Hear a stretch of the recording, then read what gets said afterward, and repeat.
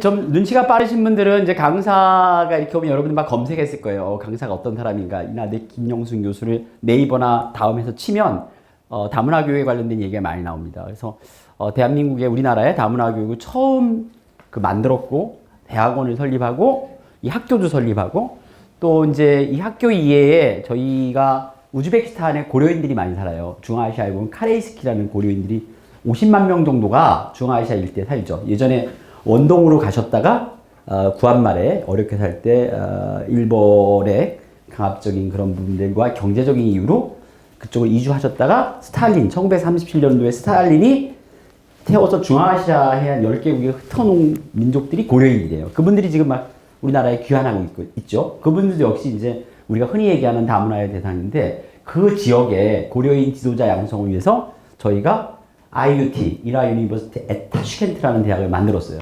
그것도 설립했고, 그 다음에 저희 동네 강원도, 강원 외국어고등학교라고 있어요. 혹시 강원 외고 출신 없죠, 여기는?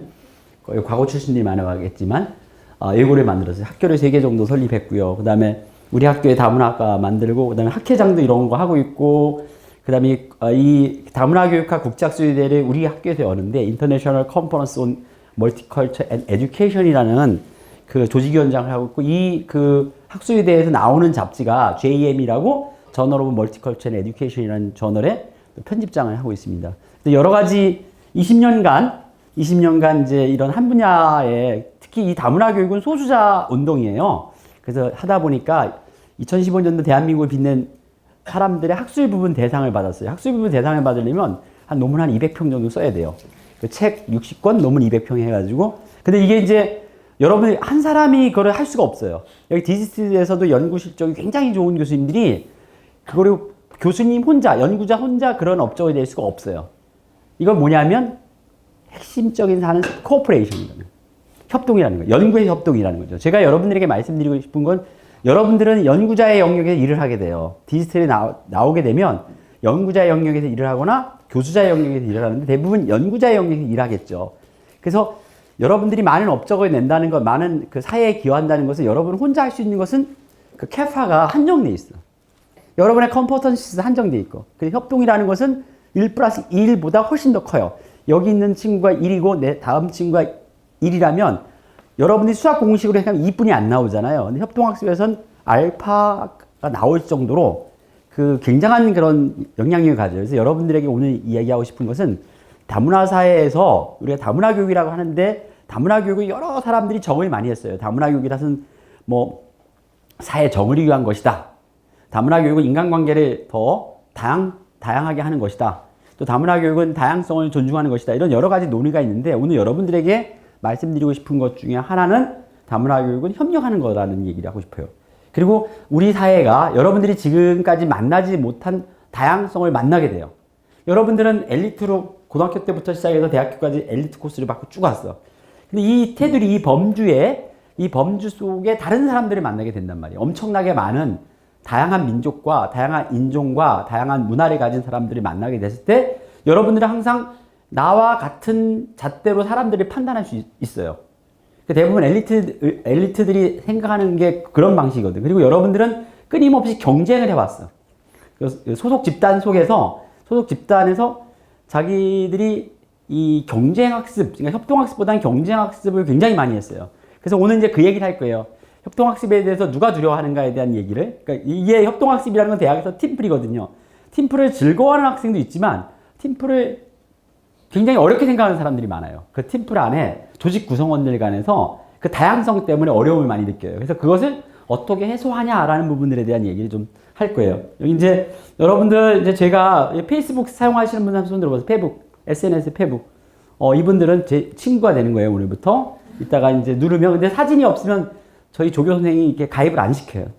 사진이 있어야 돼요, 반드시. 왜 그러냐면 요즘에 페이스북이 그런 안 좋은 것들 상당히 많아가지고 사진 없는 사람은 등록을 안 합니다. 우리 이정환 선생님 패친 맞죠? 좋아요를 가끔 누르시는데 좀 더 자주 눌러주세요. 제 패치는 한 4,000명 정도 됩니다. 5,000이 이제, 하니까 전 세계적으로 있어요. 그리고 낯선 곳에 나를 만나다. 저는 에스놀로지스트예요. 원래 전공 자체가 에스놀로지. 그리고 민족학자라 그러죠. 에스놀로지스트, 민족학자. 에스놀로지는 민족학. 여러분 처음 들어봤죠? 민족학에 대해서 들어본 사람. 민족학. 들어본 사람 없을 거예요. 민족학. 굉장히 이상한 학문이라고 여러분이 안 들어봐서 이상하다고 생각할 수 있는데 흔히 얘기하는 안트로폴로지, 인류학이라고 들어봤어요? 인류학 공부한 사람, 인류학 아시는 분? 여러분들 잘 이쪽 분야는 모르시는구나. 인류학, 민족학, 민속학 이런 분이에요. 우리나라에는 한국 인류학회가 있는데 회원이 100명 정도뿐이 안 돼요. 굉장히 소수 학문이죠. 소수 학문인데 안트로폴로지나 에스놀로지는 교양학부에 굉장히 많이 있어요. 미국이나 뭐 유럽이나 이런 데서 교양학부 같은 경우에 대부분의 이 그 안트로폴로지스트들이 나가 있고요. 그다음에 안트로폴로지는 이게 기업에서도 많이 일을 해요, 실제로. 그 안트로폴로지나 에스놀로지의 그 학문적인 에임은 뭐냐면, 목적은 뭐냐면 다양성을 존중하는 거예요. 그러니까 컬처럴 다이버시티를 연구하는 거예요. 쉽게 얘기하면. 그냥 인간들과 인간이 만들어내는 문화들에 대한 역학관계들을 연구하는 게 바로 이 민족학, 인류학인데, 저는 주로 제가 연구하는 민족들은 동남아, 중앙아시아, 중국 동북 지역에 한 전부 합쳐 30개 민족을 연구해요. 그러니까 다양한 민족을 연구하는 거죠. 그러니까 생각해 보세요. 다양한 민족을 연구하는데 우리나라에 들어온 민족도 굉장히 다양해요. 우리나라에 2019년 6월 그 가장 그 확실한 통계는 뭐냐면 인천공항의 출입관리소의 통계예요. 외국인들이 몇 명 들어오냐. 우리나라에 들어온 외국인 중에 장기 치료 외국인들이 여행만 이렇게 온 사람 말고 242만 명. 그러면 우리나라 국민의 몇 퍼센트 될까요? 딱 계산이 나올 것 같은데, 여러분들. 어느 분? 예. 네, 10점을 드릴게요. 이렇게 이제 점수를 부여합니다. 제가 이렇게 맞춘 분들에게 10점을 부여하는데 지금은 엑사이즈예요. 엑사이즈. 지금 본 점수 시작한 거 이런 식으로 할 거라는 거예요. 자, 5%. 근데 그 5%가 공교롭게도 전 세계는 초국적 이주 시대가 돼가지고 전 세계에 이주하는 인구가 5%예요. 이주하는 인구가. 근데 이 5%라는 인구는 굉장히 미미한 것 같지만 여러분 생각해 보세요. 여러분들이 100명 있는 교실에 5명이다. 이렇게 평균적으로 이렇게 생각해. 그런데 이 민족성에 의해서 이 민족들은요, 이렇게 몰려 사는, 그러니까 구심점을 몰려 사는 경우가 많아요. 그러니까 우리나라를 한번 생각해보면, 우리나라의 미국이나 이런 데 가면, 미국, 유럽, 동남아 이런 데 가면 한국 사람들은 꼭 모여 살아요. 그래, 코리아타운이라고 그래. 그죠? 가봤어요? 안 가봤는데 어떻게 잘 알아? 영화에서 봤어요. 예, 영화에서. 이제 영화를 현실로 실현하는 게 바로 영화야. 영화는 영화로 끝나는 게 아니라 여러분들이 영화를 현실로 만들어야 돼. 꼭 한번 가시는 거야. 그죠? 자, 어디든, 전 세계 어디든 한국 사람들은 코리아타운을 만들어요. 자기들끼리 그 한국어를 쓰고 그래요. 근데 우리나라 사람들, 우리나라에서 뭐 몽골타운을 만들거나 연변타운을 만들거나 고려인타운을 만드는 걸 싫어해요. 굉장히 좀 흥미로운 현상이죠. 그래서 이 민족성이라는 것은, 에스니서티라는 것은 그 다양한 민족들을 연구하면서 민족성에 대한 구분을 짓게 해요. 그런 걸 제가 연구합니다. 그냥 우리나라에 들어온 사람들은 242만 명인데, 외국인들이 그 중에 딱 절반이 중국계야. 중국계하고 흔히 얘기하는 조선족, 제중동포가 차지하고 있고, 나머지가 이제 베트남이라든가 몽골이라든가 이런 사람들이 들어와 있어요. 그런데 우리는 이제 항상 들어온 사람만 생각하는 나간 부분에 대한 얘기도 조금 이따 할 거예요. 자, 이 지역은 어디냐면, 혹시 여러분들 베트남 갔다 오신 분 있나요? 베트남? 이 두 분? 세 분? 이 베트남 갔다 오신 세 분은 5점을 드릴게요. 5점을. 왜? 갔다 왔으니까. 자, 왜 베트남 얘기를 하냐면, 우리는 중국에 대해서 너무 많이 잘 알아요. 근데 베트남이 우리나라에 들어오는 결혼 여성 중에서 1순위라는 거예요. 2013년부터 베트남 여성들이 한 2만 명씩 들어오는데 1순위예요. 제일 많이 들어와요, 베트남이. 여기는 베트남 지역인데, 베트남 지역에서 어디냐? 베트남 다녀온 학생, 베트남 어떻게 갔다 왔어요? 하노이? 하롱베이? 응? 호치민. 호치민 다녀오셨구나. 딱 호치민만 갔다 왔어요? 네. 호치민 바로 옆에 캄보디아로 넘어가는데, 버스 타고 캄보디아 금방 갔다 올 수 있는. 캄보디아 안 가봤어요. 자, 제가 연구하는 지역이 요 라오스, 그 다음에 중국 남부부터 요 지역이에요. 요 지역에 소수민족이 30개 민족이 몰려 살아요. 30개 민족이, 여기가 동남아에서 가장 높은 산인 판시판산이라는 산이 있어요. 우리나라에서 부모님들 중에서 이렇게 등산 좋아하시는 분 이 산을 알아요. 판시판산. 이 산이 여기 존재하는데 이것 때문에 많이 알려졌어요. 그 베트남 북부의 라오카이라는 그런 강원도와 같은 도안에 사파라는 이 지역에만 8개 민족이 살아요. 요 일대 30개 민족 중에 8개 민족이 집거하고 있는데, 지금 그 모습에 따라서 이 자신의 복장이, 여기 세 민족이 있는데, 복장에 따라 다르죠. 실제로. 달라요. 저는 그래서 이런 생각도 해봤어요. 여기는 일단 스마트폰이 안 터져요. 여기는 그냥 청정이야. 그러니까 해발 2000에서 3000m 사이예요. 그러니까 여러분들 중에 나중에 이런 거 있잖아요. 너무 경쟁에서 시달려서 내가 힐링하고 싶다.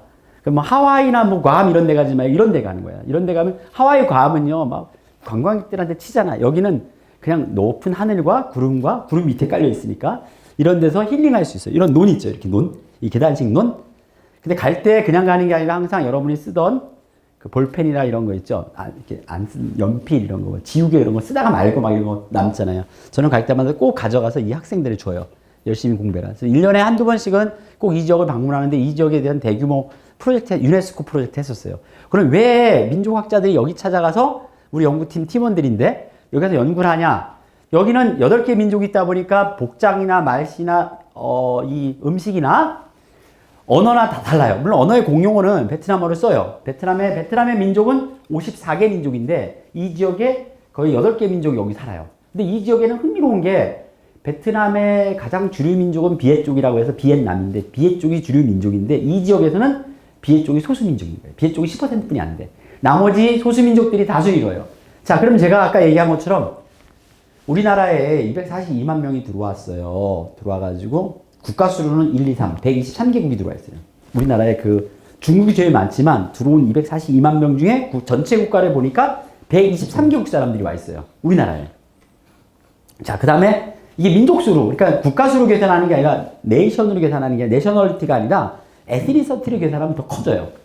왜냐하면 베트남 국적을 갖고 있는 사람도 오지만 베트남 국적 안에는 우리는 대한민국 안에 같은 민족이니까 민족을 구분하지 않아요. 근데 중국이나 러시아라든가 이런 다민족 국가에서는 그 호적 내지는 주민등록증 거주증에 민족을 에스니서티를 표시해요. 중국 사람들 하면 여러분 중국 유학 혹시 여기 중국 유학생 있으신가요? 중국 유학생? 중국 유학생들한테 한번 자기네 공민증을 보내달라 그러면 그 공민증에 자신이 한족이냐 또 조선족이냐 빠이족, 백족이냐 이걸 표시해놔요. 어떤 민족이냐에 따라서. 그러니까 그런 식으로 민족으로 따지면 거의 400개 민족이 우리나라에 들어와 있는 거예요.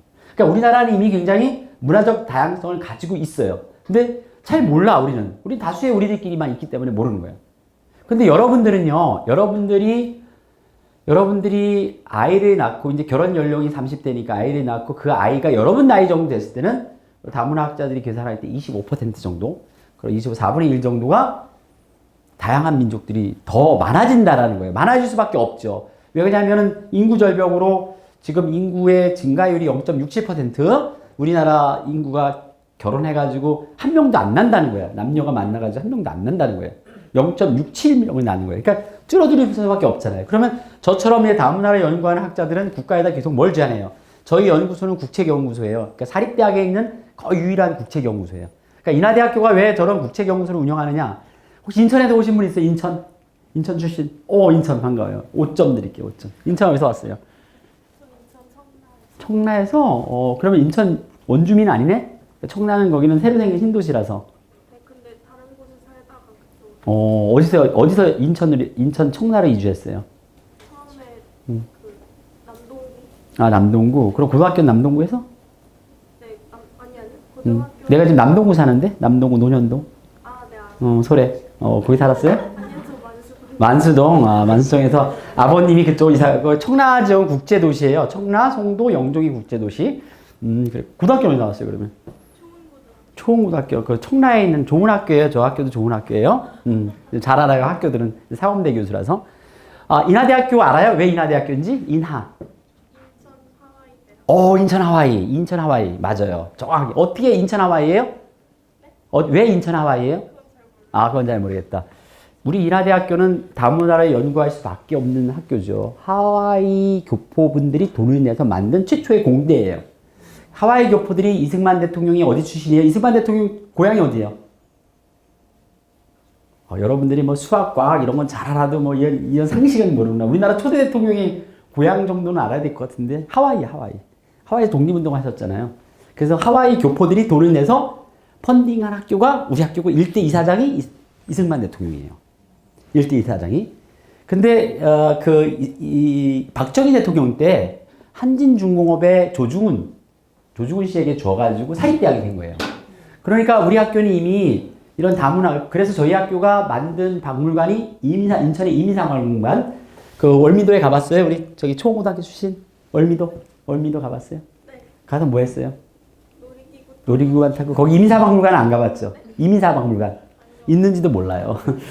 자, 여러분 월미도에 꼭 가면 놀이기구를 타고 나서 시간 남으면 꼭 이민사박물관에 가세요. 우리나라 사람들이 이민 간 사람들, 우리나라 들어온 사람들을 만들어 놨어요. 거기 인하대학교 관도 있고 저희 연구소가 그 이민사박물관을 운영하고 있어요. 그래서 꼭 한번 가보시면 좋겠다는 생각을 가지고 있습니다. 자, 그 다음에 얘기는 이제 다문화에 관련된 얘기를 이제 직접 드려야 될 것 같아서 우리가 다문화 그러면 이렇게 언어를 조합해 보니까 여러분 이제 구글에서 이런 언어들을 쫙 다문화에 관한 언어를 뽑으면 이런 용어들이 나오는데 가장 큰 게 뭐예요? 한번 우리 오리지널 사운드 트랙으로. 야, 역시 그 미국에 한 번도 안 가보셨다는데도 아까 코리아타운도 안 갔는데 딱 그 언어 발음이 나오네요. 다이버시티 딱 나오네요. 맞아요. 그래서 다양성이 가장 크게 나왔죠. 에스닉이나 컬처라든가 여기 멀티컬처런 투어리즘이라든가 에듀케이션, 여기도 에듀케이션 나오네. 큰 글씨로. 다이버스가 제일 크고 에듀케이션, 피플, 그다음에 컬처, 데모그래픽 이런 용어들로 둘러싸인 게 다문화 교육이에요.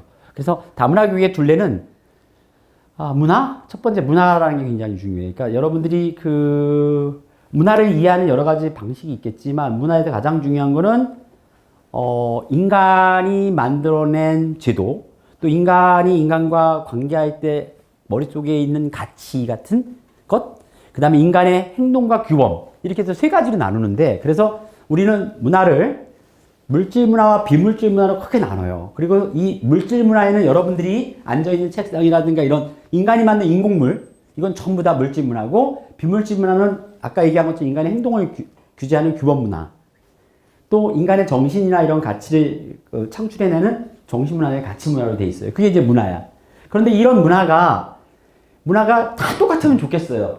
예를 들어서 글로벌 사회에서 내가 어떤 문화를 이해하는 데 있어서 그 나라의 문화를 이해해야만 내가 그 사람과 소통할 수 있거든요. 근데 그렇지 못해요. 민족마다 다 자신들의 어떤 환경과 기후와 여건에 따라서 문화가 달리 나타나요. 굉장히 흥미롭죠. 우리가 예를 들어서 배가 고프면 밥을 먹는다. 문화를 쫙 구별할 때 밥을 먹는 행위, 그다음에 집을 짓고 사는 행위, 결혼을 하려고 남녀가 서로 결혼하는 행위, 이것들은 어느 나라든 다 동일해요. 그걸 문화의 우리가 보편성이라 유니버리티라고 얘기를 해요. 보편성이라고 얘기하는데 그 문화들이 지역의 여건이나 환경이라든가 관습에 따라 달라져요. 그래서 그 문화가 특수성을 지닌다. 바로 이 특수성 때문에 다양성이 존재하는 거예요. 예를 들어 우리는 배고플 때 대부분의 많은 사람들이 컵라면을 우리가 꺼내서 먹거나 기숙사에서 여러분들이 컵라면을 꺼내 먹고 오는데 미국 학생들이 보니까 피자 같은 거 냉동 피자를 꺼내가지고 딱 데펴 먹어요. 그러니까 먹는다는 배가 고프면 뭘 먹는다라는 것은 동일한 보편성을 지니는데 배고픔을 해결하는 방식이 다른 거야. 여기서 바로 특수성이 나오는 거. 그 특수하기 때문에 다양성이 구성된다는 거죠. 그러니까 우리가 먹는 방식이 다르라 그래가지고 나하고 저 사람이 먹는 방식이 다르다고 해가지고 차이를 두고 그 차이가 차별을 만들어내면 안 된다는 거예요. 그럼 뭐냐면 아니 먹는다라는 그런 건 똑같은데 방식이 다르다고 그래가지고 그 사람을 차별해. 이건 다문화에서 그 범죄에 들어가지 않는다는 거죠. 인간관계에 구성할 수 없다라는 거죠.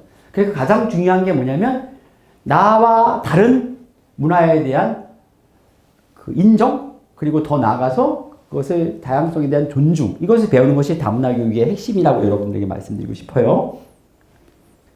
그래서 다문화 교육에 목표들이 있어요. 그러니까 우리가 기본적으로 알고 있는 다문화 교육, 여러분들이 뭐 언론이라든가 고등학교 때 다니면서 다문화 교육을 많이 들었을 거예요. 아마 다문화 교육 정책 중점 학교? 이런 학교에서도 공부했을 거예요. 근데 그거는 우리가 생각하는 다문화 교육하고 달라요. 우리나라에 지금 행하고 있는 다문화 교육이라는 것은 소수자들을 위해서 우리나라 문화에 적응시키거나 이런 교육을 다문화 교육이라고 얘기를 해요. 근데 그게 2010년부터 패러다임을 바꿔요. 그러니까 우리나라 다문화 교육 정책을 우리 연구소에서 많이 만들어내고 있는데 그냥 모든 학교 구성원들이 지역사회를 비롯해서 이런 사람들이 다 문화 다양성을 이해하는 교육들, 남을 존중하는 교육들, 이것을 이렇게 통틀어서 우리가 다문화 교육이라고 하자라고 우리나라에서 교육을 이렇게 좀 했어요. 이게 실제적으로 이 Goals of Multicultural Education에 나오는 것처럼 creating a safe, 그다음 accepting and successful learning environment for all. 그러니까 모든 사람 위해서 학습 환경들, 성공적인 학습 환경들을 만들어주고 그것을 안전하게 하고 그것을 인정하게 하는 그걸 창출하는 것. 이런 내용들이에요. 그러니까 일반적인 어떤 우리가 인간 교육하고 별다름이 없는 거죠. 두 번째나 세 번째 다 마찬가지 내용들이에요. 그러니까 여러분들이 지금까지 알고 있었던 거하고는 다르죠. 그리고 여기에 더불어서 encouraging critical thinking이라고 비판적 사고를 고물시켜 주는 것들. 이런 내용들이 나오고 있고요. 또 역시 뭐 차별이라든가 선입견 같은 것들을 없애주는 것. 이런 것들이 다문화 교육의 핵심적인 목표라는 거예요.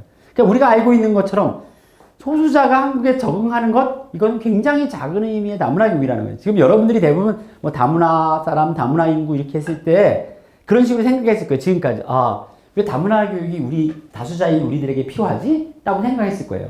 실제 그렇지 않다라는 거죠. 다문화 교육은. 다문화 교육은 모든 사람에 대한 평등성에 대해서 얘기를 하고 있고 다양성에 대해서 얘기를 하고 있는 것이 다문화 교육이라는 걸 여러분들이 이해했으면 좋겠어요. 그러니까 다문화 교육에 우리가 일반적으로 알고 있는 것과 진정한 의미의 다문화 교육이 이렇게 다르다는 거예요. 제가 얘기한 것은 진정한 의미의 다문화 교육이에요. 우리 학생들 앞에 와서 앉으세요. 앞에. 앞으로 오셔도 돼요.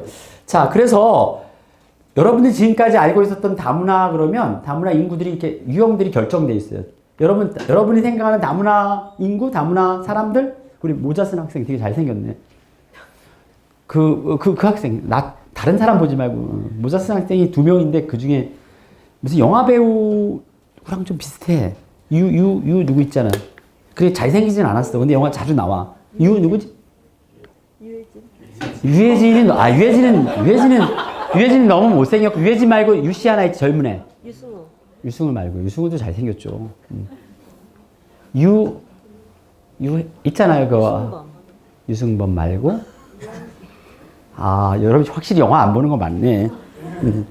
아 있는데 그 어디서 나왔냐면 얼마 전에도 영화에도 나오고 드라마에도 자주 나오는 젊은 친구인데. 유진열 누가 그랬어요? 유진열 20점 드릴게요. 20점. 왜냐면 우리 딸도 유진열이 우리 둘째 우리 지금 답변에 맞춘 우리 대학원생 이름이 뭐예요? 몇 살? 죄송하지만.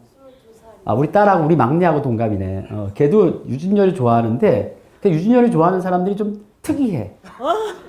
특이해요? 또 그런 것 같아.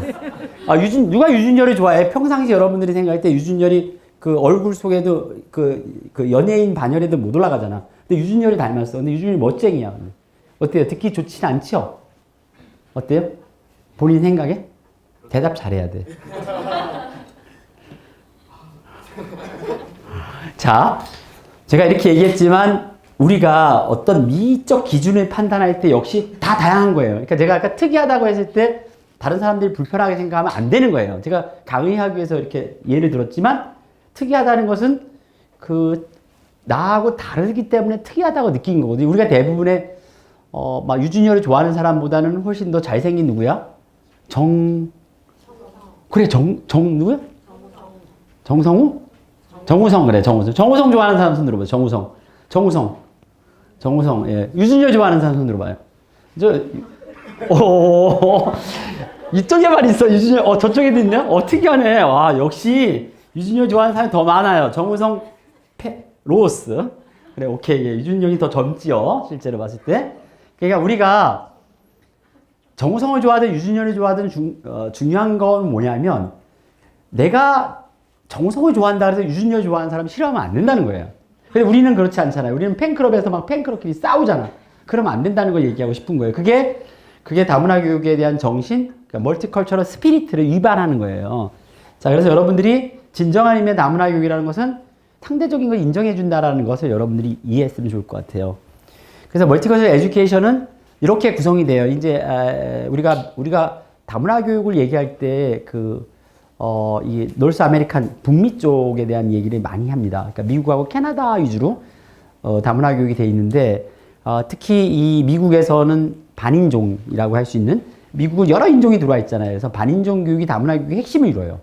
60년대 그러니까 미국이 민주화된 게 여러분 미국 그러면 상당히 여러분들이 아름답게 생각할 수 있어요. 그래서 우리는 미국을 아름다운 미자로 써요.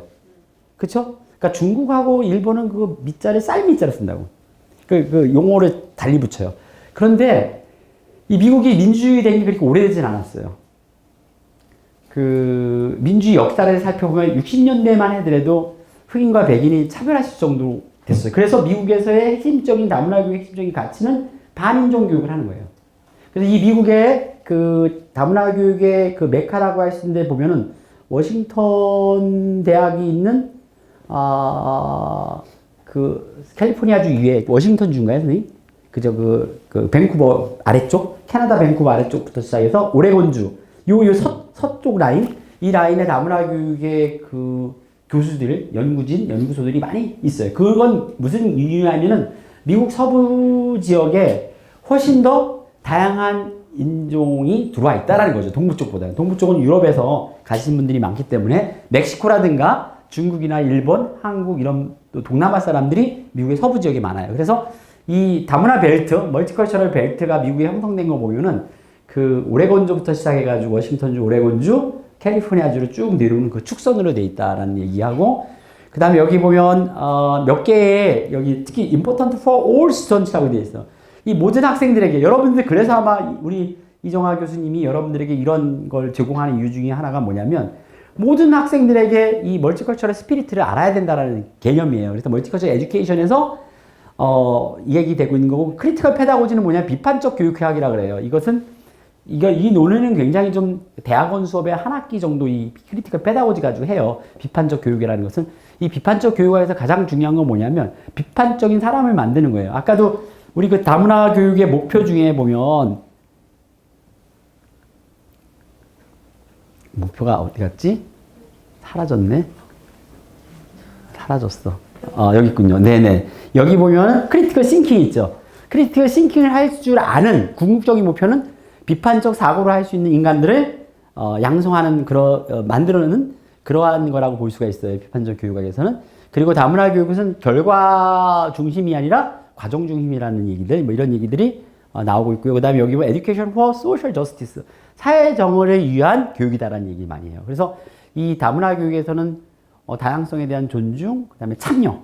그러니까 여기서 참여라는 것은 정치적 참여인데 우리가 알고 있는 그냥 일반적인 우리가 뭐 선거를 한다든가 이걸 포함하는, 우리가 정치행위라는 것은 어떤 얘기냐면요. 여러분들이 지금 배고파서 점심을 먹고 있는 것을 나의 어떤 개인적인 어떤 욕구 해소가 아니라 어떻게 봤을 때 정치적 행위를 어떻게 해석하느냐. 내가 낸 등록금 혹은 부모님이 낸 세금에 의해서 운영되는 이 학교에서 내가 정치적 행위를 하는 거예요. 그걸 먹음으로써. 무슨 뜻인지 알겠죠? 그게 바로 정치적 행위인 거예요. 그러니까 그렇게 어렵게 생각하면 안 돼요. 정치적 행위라는 것은.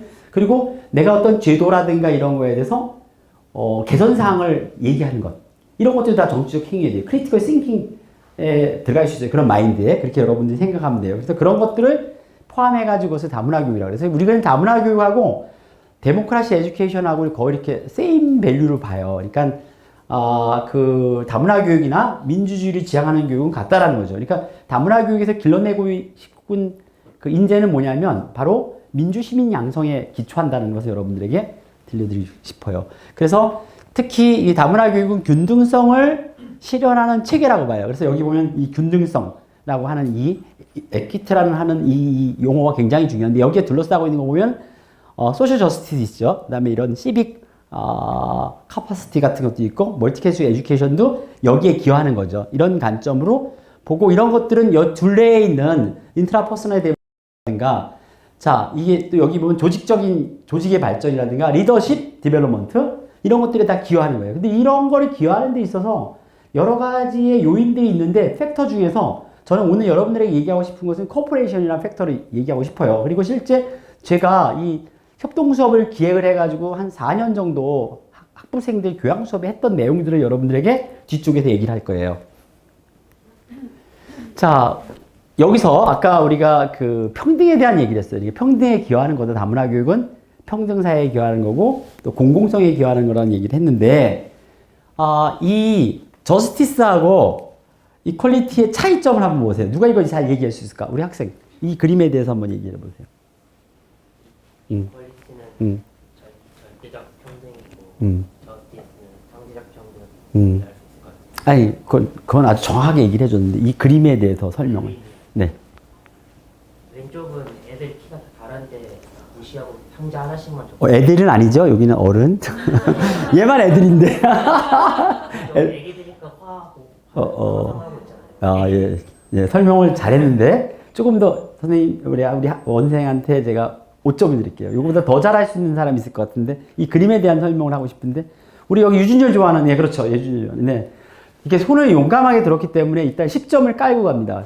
또 잘 알아봤으면 5점을 더 드릴게요. 네.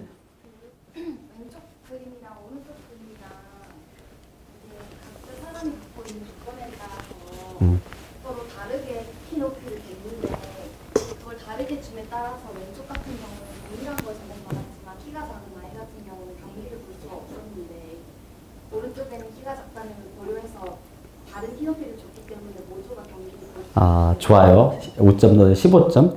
자, 지금 두 사람의 설명은 좀 그 설명에 대한 틀림은 없어요, 당연히. 근데 지금 두 사람의 설명이 다양성이 있죠. 근데 이거보다 또 다른 설명을 할 수 있는 분. 또 다른 설명. 이쪽 라인에서 한번 저보고 웃는 분. 왜 웃었어? 왜 웃었어요? 아, 그랬어요? 예. 먹고 있음에도 불구하고 설명? 지금 왜 제가 이렇게 다 시키냐 하면은 설명의 다양성을 보고 싶어서 그런 거예요. 지금 이 친구가 얘기한 거는 좀 추상적인 얘기를 했고 약간 덜 추상적인 얘기를 했어요. 구체적으로 좀 얘기를 해보면 앞에서 얘기한 거랑 아, 왼쪽은 기회만 정말 존중하고 역시 제가 생각한 것처럼 여러분들은 엘리트가 맞아요. 엘리트 분들은 이 스토리텔링에 대해서 좀 느슨해져 있어. 그러니까 스토리텔러라는 게 뭔지 알죠? 그러니까 예를 들어서 내가 이렇게 얘기하는 거예요. 자, 제가 얘기한 거하고 여러분들이 얘기한 거 뭐가 다양한지를 한번 보세요.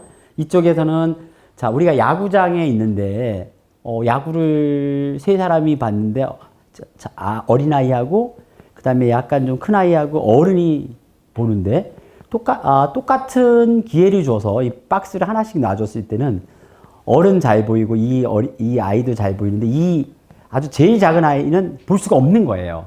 그래서 이번에는 뭐냐면 이 어른의 박스를 동의를 얻어가지고 이 아이에게 하나 더 줬어요.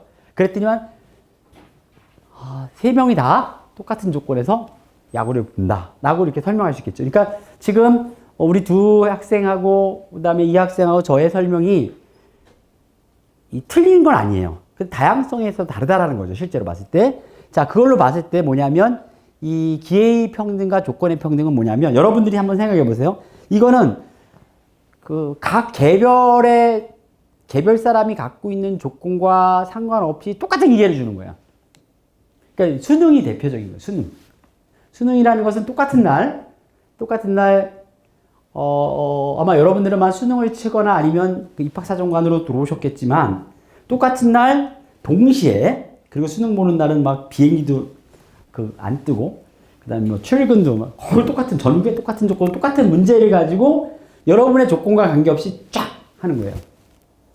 그런 것만 입시 시험이 아니거든요. 그러니까 독일 같은 게 아비투어라는 시험을 봐요. 아비투어라는 것은 학생의 조건에 맞춰가지고 문제가 다 다양해. 자, 그거하고 같은 거예요. 그러니까 조건에 맞춘 거하고. 그러니까 자, 이 조건의 평등이라는 것은 뭐를 해야 되는데 그 사람들에게 가지고 있는 신체적인 차이들을 인정해주고 똑같은 것을 주는 거예요. 똑같은 기회를 부여주는 거예요. 그러니까 조건의 기회가 다른 거죠. 그러니까 앞에는 완전히 기회에 대한 어떤 평등을 주는 거고 뒤에는 조건에 맞춰서. 그러면 잘 보세요. 왜 이게 필요한가? 이게 사실상 우리로 얘기할 때 진정한 민주주의 이거예요. 그러니까 출발부터 서로 이렇게 그 사람들이 갖고 있는 여건에 맞춰야 된다는 거죠.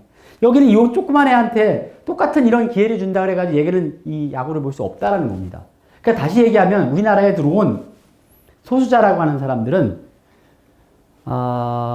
일단은 우리하고 기회가 달라요.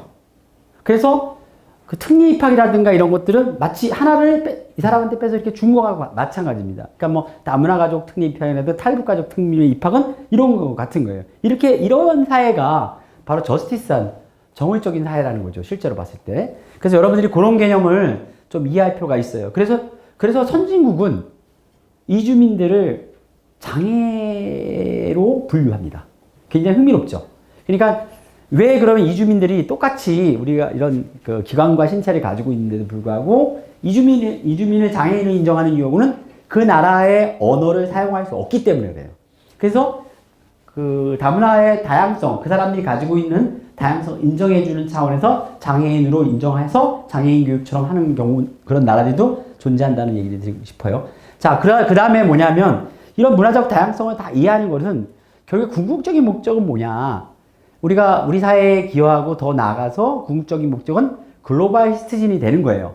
그래서 최근에 들어서 2015년에 인천 송도, 저희 인천 송도에서 OECD 국가의 그 교육 수장들이 모여가지고 우리 전 세계 교육을 어떻게 갈까 해가지고 세팅한 게 뭐냐면 SDGs라고 해서 Sustainable Development Goals라는 17가지의 그 세계에 해결할 문제들이 17가지를 도출해요. 이건 과학에서도 여러분들이 일하는 사이언스 영역에서 많이 나오는 문제들인데, 그것을 해결하기 위해서 노력하는 사람들을 세계 시민이라고 보자, 이렇게 했어요. 그래서 지속가능 발전 교육이라서 ESD, Education for Sustainable Development라는 용어를 써요. 근데 그 ESD를 기여하는 데서 이 가장 중요한 이 글로벌 시티즌십은 바로 나의 행동과 세계와의 관계를 알고 책임있게 행동하는 사람, 전 세계 평화 번영을 위해서 전지구적 시각을 바라보고 인간의 존엄과 인권을 중요시하게 여기는 사람, 지구체 공동체의 한 사람으로 책임의식을 하는 사람. 그럼 이러한 세계 시민이 되기 위해서는 과연 어떻게 할 것인가에 대한 솔루션들인데, 그게 이제 우리나라의 다문화 교육하고 연계해요. 아까 제가 얘기한 242만 명에 대한 얘기를 했고요. 2019년 6월 통계죠. 그 다음에 여기 보면 이제 그 중국 제일 많죠. 43.9%, 베트남 14.2%. 이 두 개가 상당히 많은 퍼센테이지를, 두 자릿수를 차지하고 있죠. 여기서 이제 125만 명이라는 건 뭐냐면 등록한 사람만, 그러니까 거주지 등록을 한 사람만 얘기를 하는 거예요. 그러니까 우리나라에 들어온 장기 체류인들 중에서 그냥 있는 사람과 거주지 등록한 사람이 다른데, 거주지 등록한 사람은 이만큼 되는 거예요. 그 다음에 등록 외국인 거주지 현황은요, 경기도가 제일 많고, 그 다음에 서울이 좀 굉장히 2위를 차지하고 있죠. 여기가 대구가 여기 있네요. 대구. 여기 대구면서 경북에 속하죠. 같이 봐야 되죠. 여기 경북입니까? 대구입니까? 대구라고, 정서적으로는? 지리적으로는 대구 맞고, 대구광역시 맞나요, 교수님? 행정적으로 되고 그 정서적으로는? 경북 뭐? 주장하는 것 같은데. 그래요? 예. 예, 그렇습니다. 아무튼 이 둘을 합치면 인구수가 나오겠죠. 자, 그 다음에 뭐냐면, 아까 제가 우리나라에 들어온 242만 명만 얘기했는데, 그 우리나라에서 나간 사람들도 되게 중요하잖아요. 그 나간 사람하고 들어온 사람들을 포함하면, 우리나라 나간 사람은요, 들어온 사람의 3배 이상이 넘어요. 한 750만 명 정도가 돼요. 나간 사람들의 생각에. 그럼 나간 사람들이 어디냐 하면, 지금 미국을 중심으로 해서 250만 명 정도, 중국의 여기 우리 대한민국 반도 위쪽으로 여기가 중국 동부 삼성이에요. 흑룡강성, 지린성, 요령성, 야오닝성 해가지고 여기가 우수리강이라고 해가지고 쉽게 얘기하면 해룽장강, 흑룡강 그래. 흑룡강이 이렇게 흐르는데 요 일대에 조선족이라고 해있는 중국 제중동포들이 한 240만 명 정도가 사는데, 그 중에 30%가 우리나라에 들어와 있어요. 남한에 일하러. 이게 들어와 있고, 그 다음에 중국 얘기했고, 그 다음에 이 49만 명이 이 독립국가연합이라고 돼 있는데, 여기 러시아하고 중아시아를 다 합쳐서 49만 명 정도가 있고요. 이쪽에 사할린 섬이 있어요. 사할린 섬에 6만 명. 여기 체크가 안 되는 6만 명. 사할린 한인들이 6만 명 살아요. 그 다음에 여기는 유럽은 가장 많이 사는 데가 독일이 왜 많이 사느냐? 광부하고 간호사분들이 가 있기 때문에 여기 살고 있고요. 그 다음에 아프리카부터 시작 이렇게 돼 있어요. 남아시아, 태평양 되게 많죠. 중남미까지. 우리나라 사람들이 나가 있는 나라의 숫자가 몇 개국이지 않은 사람. 우리나라 숫자. 들어온 나라 사람들은 242만 명에 123개국. 나간 나라는, 우리나라가 나간 인구 숫자는 한 755만 명인데, 그 나라 수, 분포 수. 대한민국이 굉장한 대단한 나라예요. 여러분들이 전 세계에서 5위야. 우리나라 사람들이 퍼져 있는 디아스포라. 흩어져 있는 산재수로 봤을 때.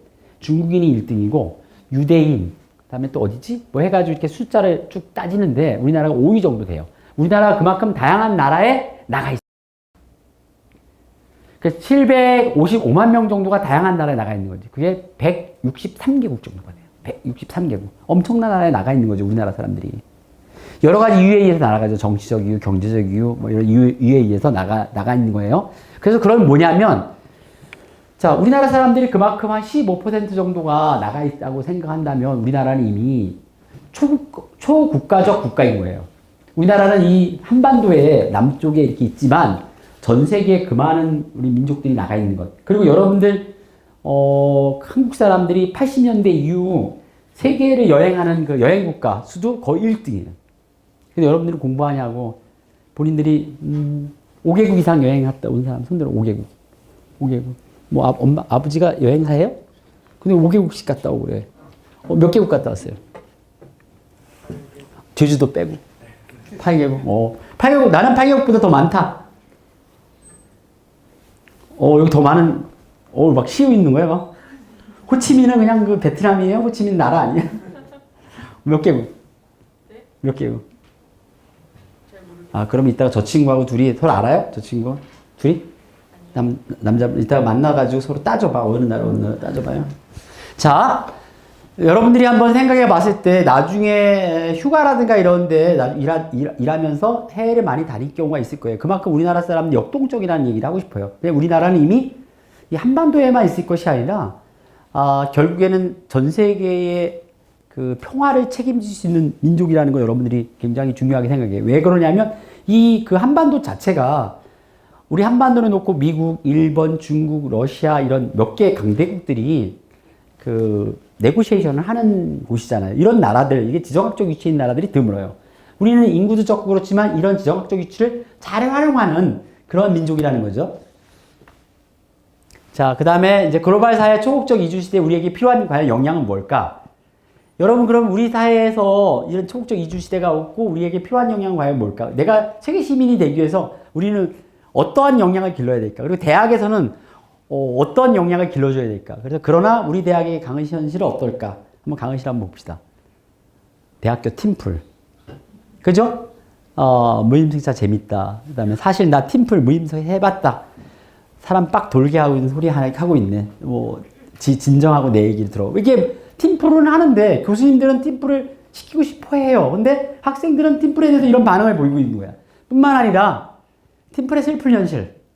팀플이 성적의 40%를 차지하는 수업. 다른 조는 이미 사람이 다쳤다면 당신이 선택할 조는. 뭐 이런 내용들이 나와요. 팀플에 대한 부정적인 의견들이 상당히 많이 나올 뿐만 아니라 대부분 우리 대학의 팀플은 이렇다. 이러려고 팀플을 해야만 할까? 이런 내용을 여러분들에게 좀 질문을 드리고 싶어요. 자, 한번 순서를 한번 봅시다. 조차할 때, 논의할 때, 발표 당일날, 팀플 끝나고 이렇게 한번 순서를 쭉 보니까 되게 여기서 이제 벗어나지 않는 거죠. 그러니까 뭐 여기 잠깐만요. 뭐 이 멤버라면 최소 A+. 좋은 거야. 이런 뭐 과탑이 있고 이런 식의. 그러니까 물론 이거는 이제 우리 대학생들에게 맞춘 거예요. 대학원생들이라기 보기에는 탁과상 취 새내기 이렇게 있으면 이 멤버라면 내가 캐리다 해가지고 이게 이제 현실이라는 거죠. 그다음 논의할 때는 각자 파트 맡아서 의견 교환 빠르게 하자. 모이게 모였는데 침묵하고 있어. 의견 없어. 그러니까 요건 이상인데 요거는 현실이라는 거죠. 또 발표 당일에 이쪽은 이상인 거예요. 예상 질문까지 다 뽑았는데 여유가 만땅이야. 그런데 수업 시작 전까지 PPT 만들고 있어. 난리가 난 거예요.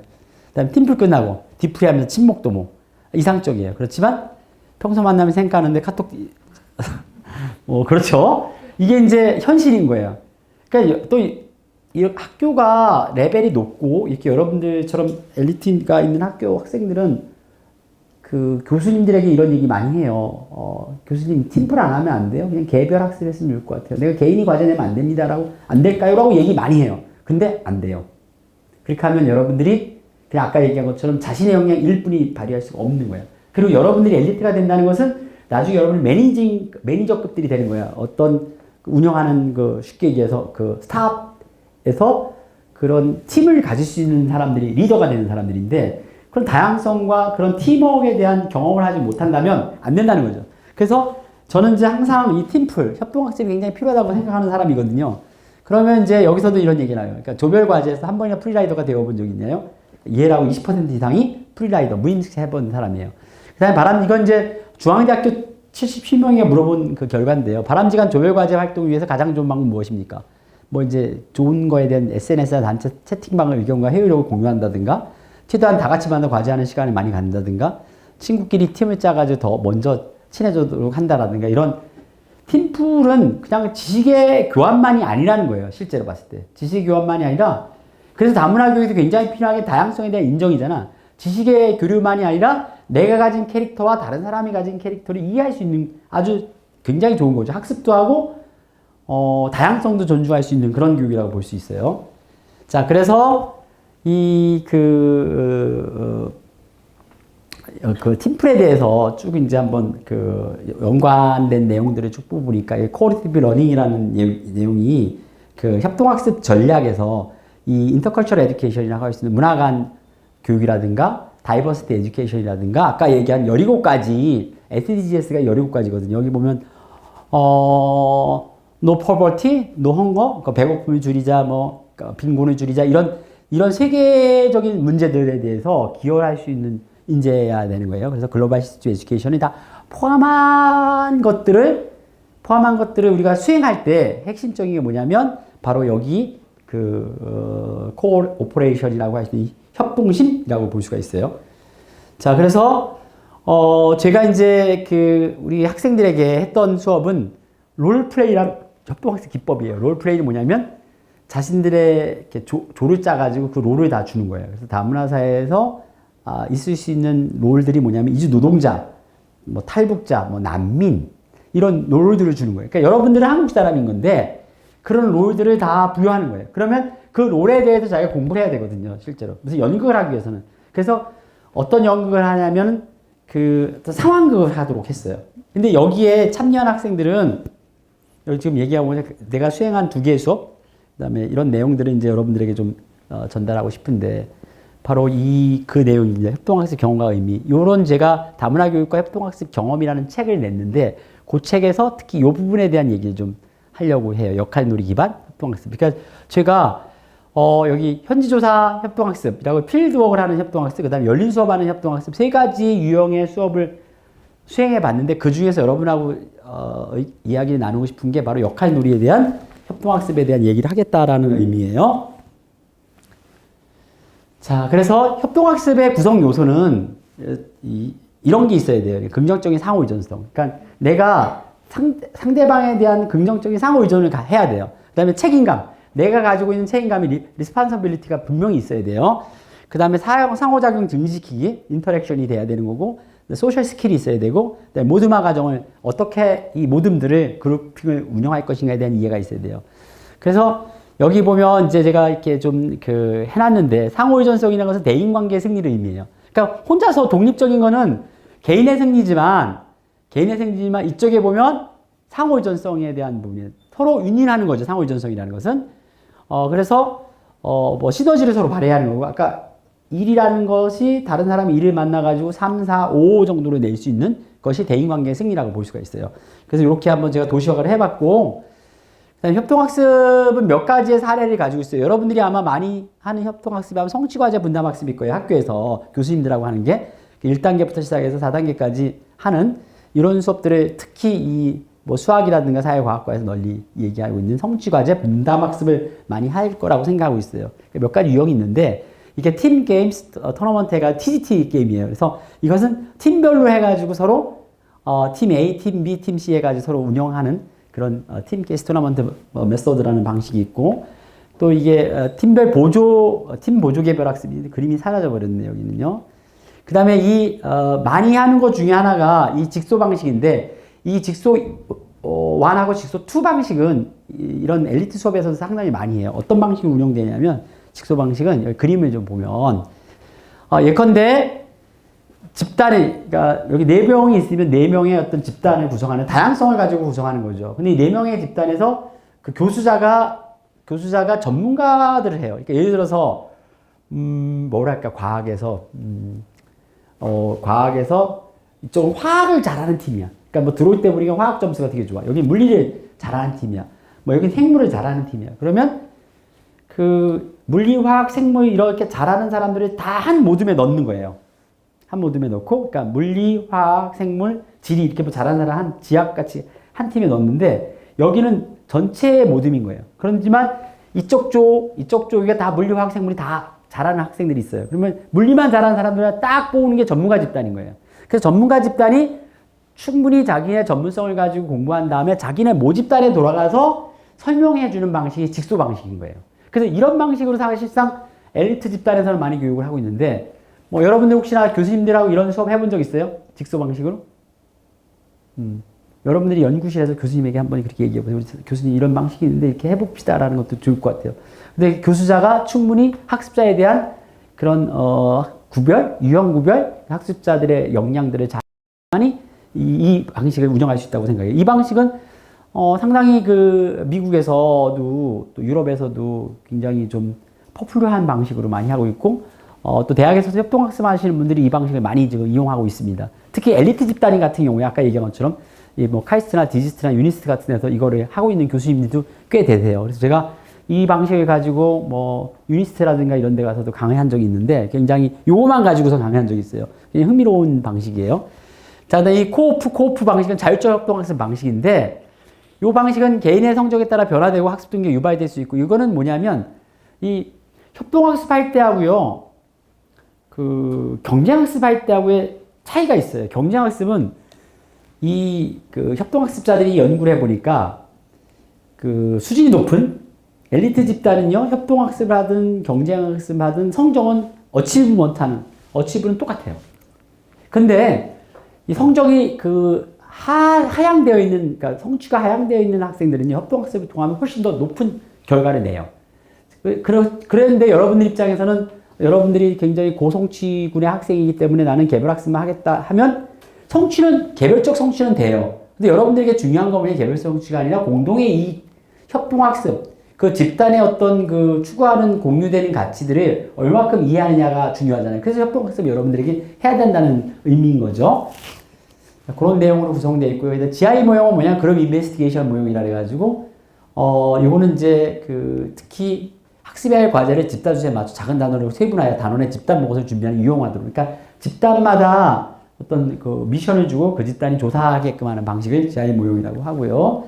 그 다음에 아까 앞서서 얘기한 협동학습에 대한 그 유형하고, 그 다음에 제가 앞에 얘기한 것처럼 그 개별적 책무성이라든지 성공의 기회, 모든 경쟁 전문화 이런 걸로 특징을 분석을 해보니까 가장 이제 많이 나타난 것 중에 하나 좋은 그 그림이 직소 쪽에서 보면 이 직소 2 방식이라든가 이 코프 방식은 다 들어가 있죠. 다.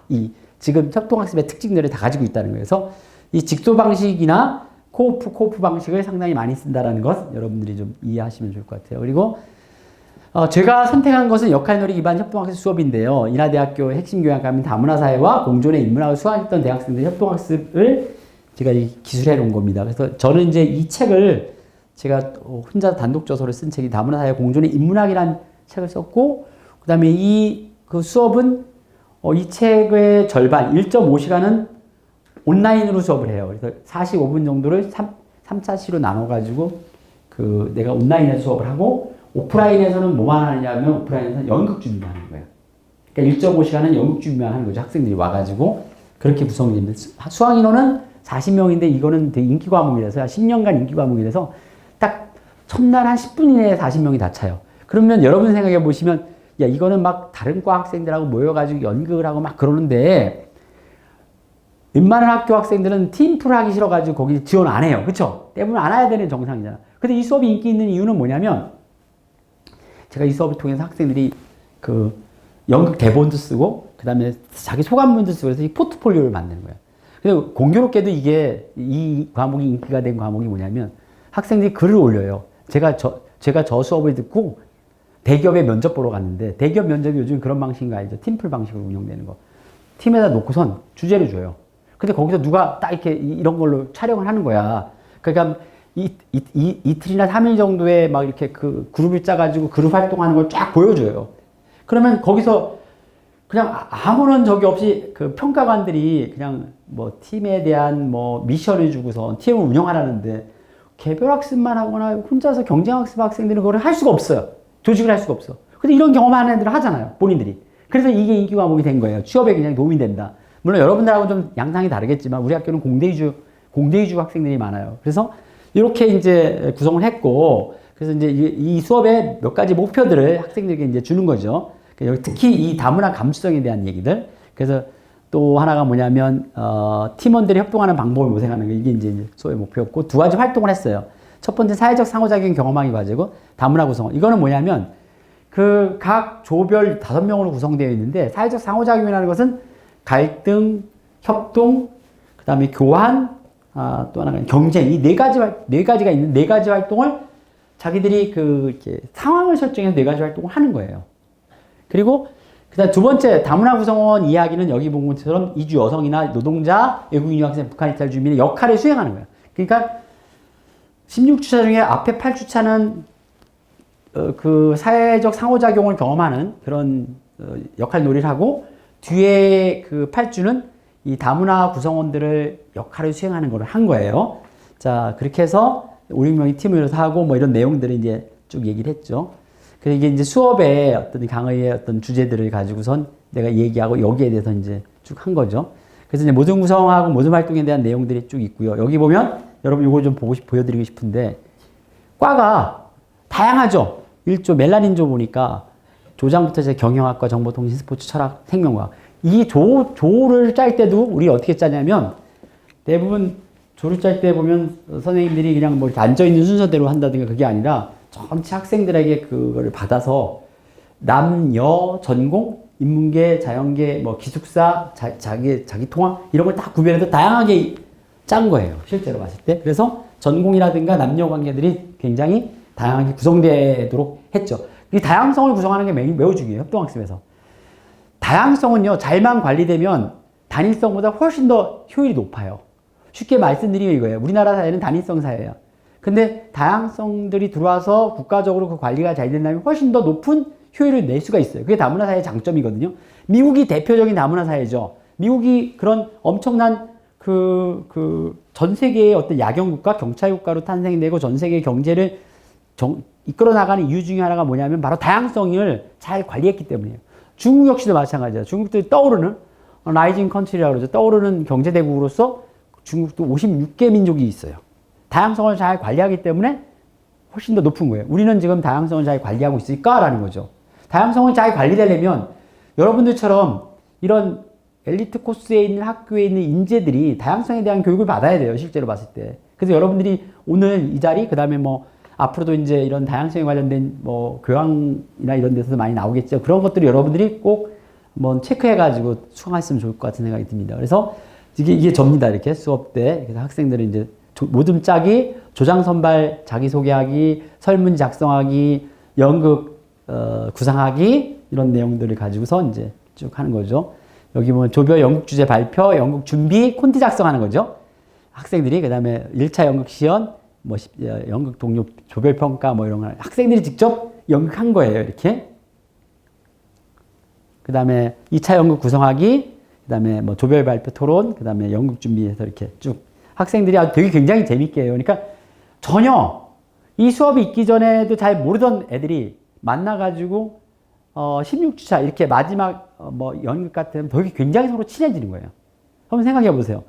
전혀 이렇게 잘 모르던 다른 과 학생들이 만나가지고 이거 같은 공동의 작업을 하면서 친해질 수 있다는 건 굉장히 어려운 일인데 이 수업을 통해서 가능하다는 거죠. 그래서 이제 여기 보면 각 모둠별로 1차 연극하고 2차 연극의 그 주제들, 러브 인 아시아, 이쪽 인도에서 온 다문화 가정 해가지고 1차는 사회적 상호작용이라고 그랬죠. 그 네 가지에 대한 그 상호작용을 애들이 연극하는 거고 이쪽은 다문화인의 역할을 수행하는 것들이에요. 그래서 이제 딱 주제들하고 내용들을 구성해 놓은 거예요. 그리고 여기 모든 명도 굉장히 좀 재밌게 돼 있죠. 이렇게 다문화를 구성한 것처럼. 자, 여기서 이제 각 조별로 활동한 사진들을 여러분들에게 좀 보여드리는 건데, 이제 공존조예요. 공존조는 이제 여기 나와 있는 것처럼 뭐 이렇게 본인들의 어떤 아까 공존조가 뭘 가지고 있나 봅시다. 공존조가 여기 있죠. 기숙사 내의 갈등. 아마 여러분들도 아마 기숙사 생활 다 하고 있죠. 기숙사 내 갈등의 소음이라든가 공부 경쟁 이거 다 여러분들 경험하고 있는 거죠. 근데 그걸 해결할 때 어떻게 해결해요? 스스로 해결하죠. 막 고민하죠. 근데 연극을 해보면은 해결점이 나오는 거야. 왜 해결점이 나올까? 잘 보세요. 내가 고통받고 있는 거를 연극을 통해 가지고 이해하는 거. 저 사람이 왜 소금을 낼 수밖에 없는가를 이해하게 되고 그 연극을 통해서 해결점을 스스로 공부하게 되는 거예요. 그러니까 자기 혼자 하는 게 아니죠. 그 굉장히 이런 부분에 도움이 된다는 거예요. 그 다음에 이 공집합조는 또 다문화에 대한 지원에 대한 내용을 가지고 2차 연극을 했는데 이런 식으로 이제 해본 것들이에요. 각각 이제 각 조별로 퍼포먼스 한 내용들을 이제 좀 제가 사진으로 해놨어요. 그러니까 1차, 2차, 그러니까 1차 연극, 2차 연극 이렇게 돼 있죠. 근데 연극할 때 굉장히 흥미로운 거는 아이들이 소품도 준비해 갖고 오고요. 그러니까 1차 때는 이제 제가 이렇게 해요. 그러니까 그 전 학기에 잘된 조의 그 동영상을 보여줘요. 굉장히 흥미롭죠. 잘된 조, 이게 우수한 조 한 2개의 동영상을 보여주면 항상 매 학기마다 업그레이드가 돼요. 거기 들어오는, 우리 조도 저기 전 학기 했던 조보다 좀 잘 만들자 그래가지고 뭐 의상도 있고 뒤에 이 백그라운드 여기 보면 이렇게 막 영상으로 자기네들이 찍어갖고 오고요. 아주 굉장히 기괴한 아이디어를 많이 해요. 그런데 잘 보세요. 한 과 학생이 있으면 저런 다양성에 대한 발휘를 못하는 거야. 여기 보면 영영학과 학생도 있고, 뭐 사진학과 학생도 있고, 그러다 뭐 컴퓨터학과 학생도 있고, 그러니까 자신의 어떤 전공을 살려가지고 잘 만드는 거예요. 무슨 뜻인지 알겠죠? 그게 아마 다양성의 힘이 아닌가라는 생각이 들어요. 자, 그래서 역할놀이 이건 학생들이 직접 쓴 시나리오예요. 시나리오가 있어야 되니까. 그러니까 처음에 조를 구성하고 나서 조별 인사를 하고 조장을 뽑을 때부터 협동학습이 시작되는 거예요. 그러니까 일단 이 학생들이 수강 신청하고 첫 시간에 앞에다가 이제 뭐 학과 뭐 이렇게 해가지고 이렇게 랜덤으로 배정하거든요. 이렇게 다양성을 가지고 배정할 때 배정이 됐어요. 5명이 배정됐으면 조장을 뽑을 때 조장 뽑는 방식을 교수가 야, 조장은 뭐 나이가 제일 많은 사람을 뽑아야 돼요. 이렇게 얘기하지 않아요. 조장 뽑는 방식을 여기서 결정하도록 해요. 그러니까 조장 뽑는 방식이 1조부터 8조까지 40명이 한 클래스니까 그 8개 조, 5명씩 되는 조에 다 조장을 뽑는 방식이 다양해요. 근데 조건은 줘요. 사다리 타기 안 돼. 저요 안 돼. 그러니까 제가 하겠다는 건 안 돼. 그 안에서 사다리 타기하고 이게 제일 뽑기 이런 걸 떠나서 그 의논해가지고 결정을 하래. 그거부터 일단은 본인들이 그 비판적 아까 그랬죠. 다문화교에서 비판적 인간되기 굉장히 중요해. 그거를 경험하는 거예요. 실제로. 자, 그 다음에 조장을 뽑고 그다음에 조장이 뽑혀졌으면 조장 책임하에 조 이름을 짓는 거야. 조 이름을. 조 이름을 짓을 때 그냥 한 사람의 아이디어가 아니라 각각 그 아이디어를 내고 그걸 보팅해가지고 좋은 아이디어를 선정하고 거기다가 모든 사람들이 더 이야기를 쓰는 거예요. 조에 대한 그 스토리텔링 하는 거죠. 왜 내가 저 조를 젓는 거에 대한 스토리텔링 하는 거예요. 그러니까 조장을 뽑고 조 이름을 할 때부터 협동학습이 시작되는 거죠. 애들이 되게 흥미롭게 생각해요. 실제로 봤을 때. 그래서 이제 그 다음에 뭐냐면 이런 콘티를 짤 때. 그러니까 서로 각각 생각을 가져와서 계속 논의하는 거예요. 그러면서 이제 주제가 정해지면 이렇게 서로 책임을 이렇게 져서 역할 분담을 해가지고 카페 안부터 시작해가지고 길거리 이렇게 콘티를 짠 걸 여러분들에게 보여드립니다. 그다음에 다 갖고 오진 않았고요. 2개 족보에서 앞에 개요만 갖고 왔어요. 그러니까 두 번째 앞에 연극 주제는 잠깐만. 앞에는 2차 연극이고요. 1차 연극, 2차 연극. 이거 러브인 아시아 역할놀이 활동 대본이고 멜라닌조고요. 그 다음에 여기는 다문화 토크쇼. 다문화 토크쇼를 자기들이 만드는 거야. 그래서 뭐 등장인물 해가지고 쭉 나오죠. 이렇게 해서. 자, 이렇게 직접 이런 거 짜봐 10페이지 정도 됩니다. 그러니까 15분 정도 연극하는데 10페이지 정도. 그러니까 연극이라는 건 현실을 반영하기 때문에 길어야 되는데요. 짧게 하는 이유는 8개 조가 해야 되고 그러니까 앞에 하나 뒤에 부분들은 다 이제 내러티브, 그러니까 나레이션을 해가지고서 설명하는 거죠. 핵심적인 것만 보여주는 거예요. 자, 그다음 역할놀이를 이제 실제로 저희들이 이제 어떤 방식으로 분석하냐면 이게 제가 수업을 진행하고 2명의 전문가들이 그 수업에 계속 참여를 해요. 참여해가지고 이게 교수학습 개발센터에서 저희들이 하는 건데 그래서 저희 학교는 이걸 교수님들 전체에 많이 확산시켰거든요. 그러니까 이런 겁니다. 그러니까 1단계 수업과정 및 학습 목표 분석부터 시작해서 뭐 팀그룹 형성하기, 조이름 짓기, 조장 선출, 제가 아까 얘기한 순서대로 나가는 거죠. 역할극 주제 탐구하고 주제 선정하기, 내용 구성 역할, 조별 및 개인 역할 수행하기, 발표 준비, 발표, 평가, 설문지 및 저널 작성. 나중에 학생들에게 저널 작성을 시키는 거예요. 각 활동은 다 같이 조회서 했지만 감상들은 다 다르죠. 그러니까 저널을 작성해 놓으면 뭐냐면 그게 자기의 포트폴리오가 되는 거예요. 그렇게 만들어 준 거예요. 근데 이런 일련의 과정들을 참여 관찰을 하고 그다음에 이런 설문조사나 저널을 다 우리가 수집해 가지고 분석을 한 내용들이 다음에 나옵니다. 이렇게. 그러니까 협동학습 해보니까 이 경험은 어떤 의미를 갖느냐, 어떤 영향을 길러주느냐와 같은 거예요. 그러니까 첫 번째는 긍정적 상호 의존성을 갖더라. 그다음에 개인적 책무성을 갖더라. 개인 간 상호 교류가 확대되더라. 그래서 핵심 범주로서 긍정적 상호 의존은 상호적 관계로서 협력이라는 부분들을 학생들이 충분히 이해할 수 있었고, 개인적 책무성은 도덕적 의무감이죠. 그러니까 내가 이 조에서 나의 책임을 다해야 된다는 도덕적 의무감을 갖게 된다는 거예요. 그 다음에 개인 간 상호 교류에서는 화학과 공존이라는 실천이 나온 거예요. 자, 그 다음에 이게 굉장히 중요한 건데, 상호적 관계로서의 협력은 참여와 소통이라든가 낯선과 두려움의 경계라든가 사회적 상호 관계를 구성한다든가 이렇게 하위 범주로 나누더라고요. 나눠지더라고요. 그 다음에 도덕적 의무감은 자아 성찰이라든가 역할에 대한 자기의 책임, 특히 역할에 대한 자기 책임이 굉장히 중요한 이슈로 작동이 됩니다. 실제로 봤을 때. 그 다음에 개인 간 상호 교류에서 의견과 표현이라든가 언어적 상호작용의 다양성들을 서로 발견하고 서로 이해할 수 있는 것들이 높아지더라라는 거죠. 실제로 이 부분은 저희가 이게 논문으로도 나오고 스코프스 잡지로도 우리가 출판했고 또 제가 책으로도 내고 그래가지고 그냥 여러분들에게는 전체적으로만 그냥 가져왔는데요. 사실 이렇게 원래는 이제 각각 이 내용들을 각 파트별로 이게 하나가 왜 떨어져갔냐, 여기구나. 잠깐만요. 위로 올라가서 예. 이게 왜 안 뜨지? 하나가 빠졌네. 그러면 여기. 이런 것들이 각각에 대한 학생들의 어떤 인터뷰 내용이나 경험으로 분류가 쭉 돼서 나오는데, 이게 이제 뭐 시간 관계상 여러분들에게는 전체적으로 얘기하지 않고 여기서 종합적으로만 이제 잘랐어요. 자, 그런 다음에 이제 마지막으로 저희들이 볼 게, 하나가, 아니요, 이게 하나 여기 있구나. 자, 어떻게 수업을 설계하고, 이제 우리가 이제 향후 여러분들과 한번 생각해 볼게요. 이제 여러분들 나중에 이제 분명히 이제 뭐 동료들을 연수하거나 또 이제 이런 그 동료 교수자가 될 경우가 있을 거예요. 그리고 또 혹은 뭐 연구소에서 여러분들이 어떤 리더십을 발휘해 가지고 팀워크를 구성할 때 어떻게 이 협동학습의 수업을 설계하고 그다음에 실행하고 평가 과정 연구를 연결할 것인가에 대한 부분들, 그냥 그것이 그냥 실행만 끝내는 게 아니라 레포트를 통하거나 아카데미 워크스로 나올 수 있도록 여러분들이 준비하게 되는 내용들이 있고요. 그다음에 모든 수업을 협동으로 수업으로 진행할 수 있는가라는 것은 저는 그렇게 생각해요.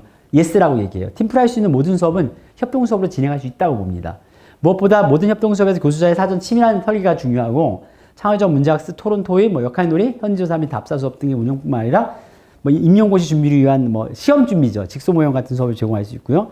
전공 수업, 가장 교수님들이나 교수자들이라든가 이런 분들이 궁금한 건 뭐냐면 바로 전공 수업도 협동 수업을 할 수 있냐라는 거죠. 당연하다. 협동학습은 타자와 긍정적인 상호 의존, 공감, 다양성 이해 등에 기여합니다. 그래서 저는 교수님들이 여러분들의 전공 수업이나 교양 수업에 어떤 수업이든 간에 협동학습을 이용하게 되면 그냥 개별학습 내지는 경쟁학습보다 훨씬 더 여러분들의 역량을 길러주시는 게 크다라는 것을 저는 말씀드리고 싶어요. 그래서 하나가 더 있는데 이게 중간에 막 너무 빨리 지나가는 것 같아. 예. 그래서 저희 연구소를 소개하면서 이제 저하고 만남을 이제 끝내고 여러분들의 질문을 좀 받으려고 하는데요. 이 다문화융합 연구소가 저희 연구소고요. 여기가 들어가서 인터넷 연결이 되나요, 선생님? 응? 인터넷 연결 안 되는데. 따로 연결해 드려야 되겠다. 그죠? 말씀하시면 제가 예. WWCIMS 연결돼 있는데 거기서 연결이 안 될까? 저희 연구소에 관심 있는 분들은 한번 들어오셔서 어떤 일을 하는가 좀 보시고요. 그리고 CIMS.kr 그냥. 예. 여기입니다. 그래서 여기 기관 소개. 이게 접니다. 그래서 다가오는 미래는 다문화 사회이고 다문화는 우리의 안정적인 사회 발전의 필수적 요소입니다라고 되어 있고요. 그 다음에 저희가 하고 있는 기관 소식, 학수행사 안내, 보도자료 중에서 이런 내용들, 최근에 했던 저희들 ICM이라고 최근에 했던 학술대예요. 저희가 국제학술대로 해가지고 이번에 했던 게 Transnational Society, Intercultural Communication and Multicultural Education이라는 주제로 저희들이 한 내용들이 쭉 있고요. 그 다음에 저희들 연구라든가 뭐 학회지도 갖고 있고 한번 여러분들이 관심 있는 분들 한번 좀 봐주시면 좋을 것 같아요. 여기까지 뭐 제가 쭉 그 두서없이 여러분들에게 말씀을 드렸는데 혹시 제가 여러분들에게 설명하고 협동학습에 대해서 말씀을 드렸는데 궁금하신 점이나 뭐 질문해 주실 분 있으면 누구든지 편하게 해주시면 좋을 것 같아요. 네. 협동학습을 할 때 아마 제가 생각할 때 중요한 거는 이렇게 상호작용을 증진시키는 게 중요하다고 생각이 드는데 보통 팀플을 하게 되면 아무런 의견이 없거나 교류가 없어서 망하는 경우가 되게 많아요. 맞아요. 예, 아까도 그 나왔죠. 네, 그래서 그렇게 상호작용을 증진시킬 수 있는 뭔가 효과적인 방법이 있다면 예, 아주 좋은 얘기 해주셨어요. 첫 번째는 뭐냐면 이 수업의 형태에 따라 달라요. 동기유발을 해줘야 되거든요, 교수님들이. 그러니까 저 같은 수업은 이제 교양 수업인데 학생들이 원해서 듣는 거죠. 이미 교양 수업에는 이제 학생이 들어도 되고 안 들어도 되잖아요. 그러니까 의무적인 것이 아니야. 근데 이 수업을 통해서 어떤 역량이 길러지고 그다음에 적극적으로 활동해야 되고 뭐 이런 부분들이 강의객서에 들어있기 때문에 교양은 아무튼 자기가 원하는 듣는 거고 전공은 전선을 가지고선 이 협동학습이나 이런 수업을 하면 거의 폐강이 될 확률이 높아요. 그러니까 전필에 해야 돼, 전필. 근데 전필을 할 때, 전공 필수를 할 때 그 평가의 요소 중에 그런 걸 넣는 거예요. 교수님들이. 그 평가할 때 시험 본 거까지만 평가하는 게 아니라 실제로 수행평가처럼 그 학생 조안에서 그 학생이 어떤 역할을 제대로 수행하고 있는가 이런 평가도 기타 평가 요소에 넣는 거예요. 그래서 학생들을 공부시키는 거죠. 그 평가 요소가 있기 때문에 평가 요소에 맞춰서 활동을 해야 되잖아. 이건 이제 교수자의 역할이고, 그럼 학습자가 되느냐? 학습자 입장에서는요, 일단 본인이 협동학습이라는 수업을 선택했기 때문에 그 협동학습에서 적극적으로 자기가 임해야 되겠다는 생각을 해야 되는 거예요. 그래서 두 번째 뭐냐면, 내가 고립됐을 때 나한테 오는 어떤 도덕적인 책무감들 같은 것들에 대한 걸 미리 생각하고 내가 나를 개방할 수 있도록 노력을 해야 된다는 것 같아요. 그래서 딱 수업에만 협동학습, 그 수업 시간에만 협동학습은 끝나는 게 아니에요. 수업 이후에도 되게 애프터 클래스에서도 되게 필요하거든요. 그래서 카톡이라든가 또 경우에 따라 수업 전에 이제 모여가지고선 스터디를 같이 한다든가 그러는데 이 스터디 할 때 모일 수 있는 시간이 되게 한정돼 있어, 학생들이. 제가 전공 수업을 해보면은. 그러니까 학생들이 서로 시간들이 다 안 맞거나 뭐 특히 이제 여기는 기숙사 학교여서 괜찮은데 뭐 우리 학교 같은 경우는 뭐 알바도 해야 되고 애들이 뭐 다른 수업도 들어야 되고 그래요. 그래서 저는 수업 시간 중에 그런 시간을 만들어줘요, 학생들에게. 수업 시간 속에서 조별로, 수업과 별개로 조별로 너네들이 하고 싶은 부분들에 대한 걸 해라라고 학생들하고 얘기를 해요. 그러니까 수업 시간에서 빼주기도 하죠. 그런 논의의 자리들을. 그리고 이제 그렇게 하기 위해서는 첫 번째 서먹서먹함, 아이스 브레이킹이 굉장히 중요하거든요. 그러니까 그 조가 서로 성공을 하겠다는 걸 굳은 결심이 있어야 돼. 그러니까 조에 있다 보면 되게 잘하고 열심히 하는 사람도 있지만 그렇지 못한 사람도 많잖아요. 그러니까 내가 그렇지 못한 사람을 끌고 간다는 책임감, 그렇지 못한 사람은 내가 이 그룹에서 이 사람들하고 함께 해야 된다는 어떤 자부감, 이런 것들을 같이 알려주는 게 되게 필요하지 않겠냐라는 생각이 들어요. 뭐 질문에 답이 됐는지 모르겠어요. 네네. 혹시 또 뭐 좋은 질문 해주신 것 같아요. 네. 네, 강연 되게 잘 들었습니다. 제가 궁금한 건 다문화 가정을 이해하는 데 있어 다름과 틀림을 구분하는 것이 되게 중요하다는 것을 다시 느꼈는데 어떤 문화는 지금 저희의 문화에 빗대어 봤을 때 윤리적으로 잘못될 수가 있잖아요. 폭력이나 차별이 정당화되는 그런 문화들을 볼 때에도 다름과 그래서 되게 굉장히 중요한 이슈를 제공해 주셨는데 우리가 이제 그 다양성을 가리킬 때 모든 다양성을 열어놓진 않아요. 그 이제 교과서적 얘기를 하면 극단적 문화 상대주의라는 게 있어요. 그러니까 우리가 문화 상대주의는 우리가 추구해야 되지만 극단적 문화 상대주의에 대해서는 경계해야 된다는 얘기를 하거든요. 그럼 뭐가 극단적 문화 상대주의냐라는 건데 이게 바로 인권에 대한 문제들이죠. 그러니까 인륜이나 인권에 대한 문제들. 예를 들어서 무조건 모든 나라의 문화를 상대적으로 가지고서 인정할 수가 없거든. 예를 들어서 뭐 근친상간 같은 문제들이라든가 또 그 여성들에 대한 명예살인 같은 경우 그런 경우라든가 또 뭐 태형 아무리 죄를 짓는 사람이라도 그 사람을 폭력으로 행사할 수 없는 그런 부분들도 거기 해당될 수 있을 것 같고요. 그다음에 또 뭐 이렇게 사람이 뭐 부족장이나 누가 죽었는데 뭐 우리 현대사회에서 봤을 때 그렇게 생각합니다. 돈 많은 사람이 죽었어. 그러면 같이 있던 그런 뭐 뭐 비서를 같이 묻는다든가 하는 것들, 그 무슨 장이라고 해서 갑자기 생각이 안 나는데, 뭐 그런 것들은 용인될 수 없는 거죠. 실제로 봤을 때는. 그래서 그거는 우리가 경계해야 된다고 얘기해요. 그 극단적 문화 상대주의라고 얘기를 하고 있습니다. 좋은 질문을 주신 것 같아요. 네. 네. 마이크 안 줘도 될 것 같아요. 목소리 좋을 텐데. 얘기해봐요. 아, 꼭 마이크를 해야 돼요? 저 고집.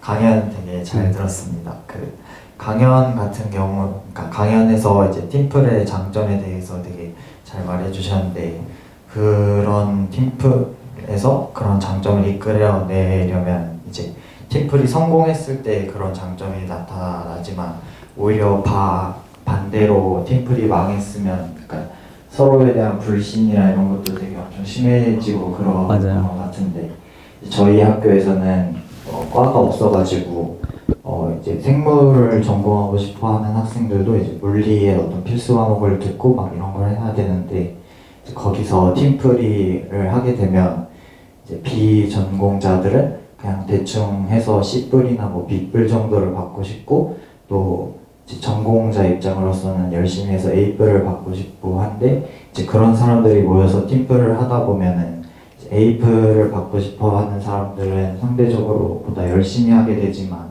B뿔이나 C뿔 정도만 받고 오히려 자기 전공을 좀 더 열심히 하고 싶어 하는 사람들은 좀 되게 대충 하고. 네, 무슨 뜻인지 알았어요.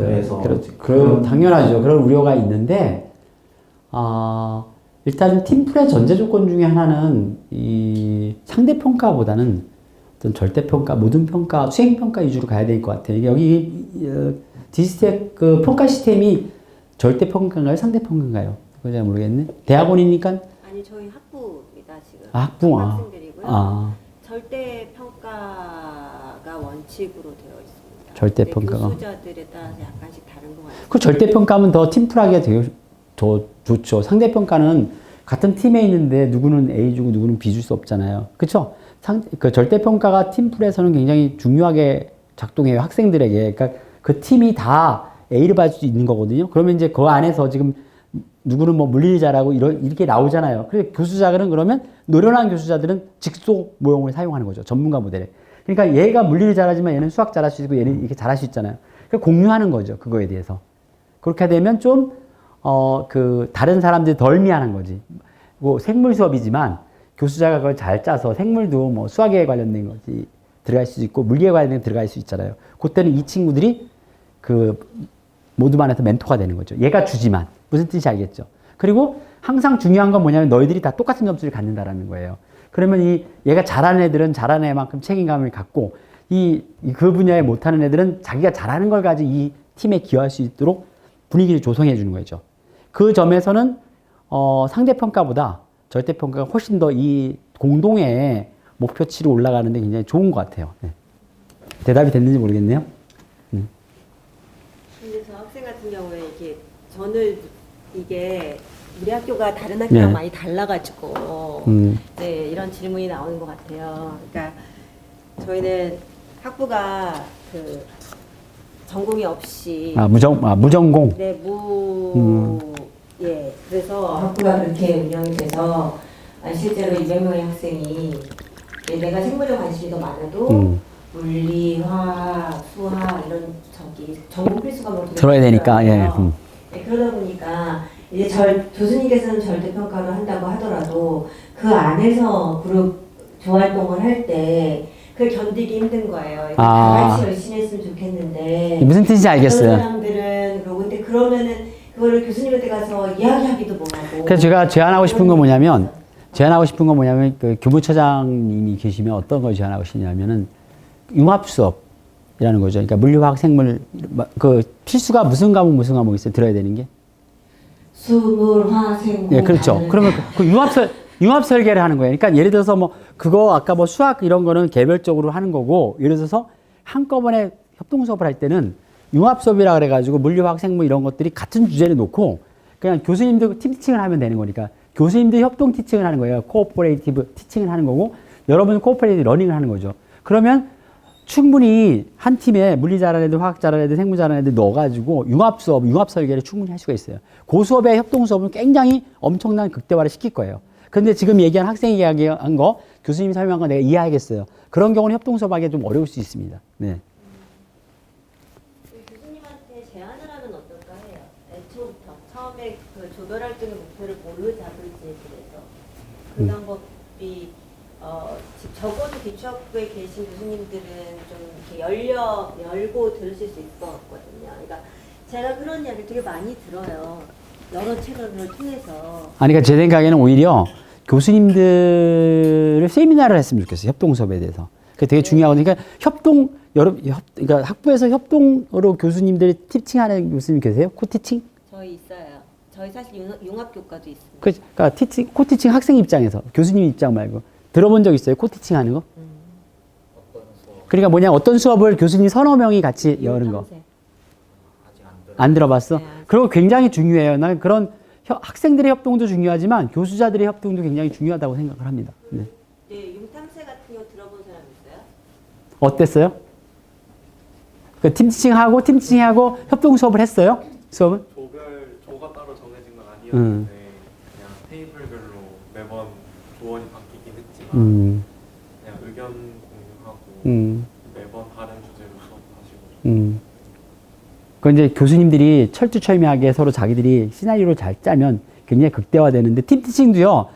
코어퍼레이티브 러닝처럼 잘못하게 되면 학습자들에게 손해 가는 경우도 많이 있어요. 교수님들이 어떤 주제를 가지고 충분히 워크숍하고 세미나하고서는 그런 수업을 개설해야 되는데 그냥 강의에서 짤 때 A 교수는 어디부터 어디까지, B 교수는 어디부터 이럴 수가 있을 거예요. 그래서 학생들에게 실망을 던질 수도 있다고 봐요.